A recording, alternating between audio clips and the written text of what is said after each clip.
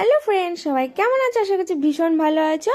তো দেখো, আমরা পিকনিক করা শুরু করে দিয়েছি। আচ্ছা বন্ধুরা, তোমরা কি পিকনিক করা শুরু করেছো?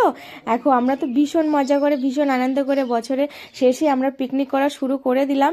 আর এদিকে চিকেন রান্না হচ্ছে, মনে হচ্ছে যেন চিকেনের উপরে সবাই হামলা করতে পারলে বাঁচে, কিন্তু সেরকম কোনো ব্যাপার না। আসলে কি বলতো, শীতকাল তো উনুন পাড়ে বসতে সবারই ভালো লাগে।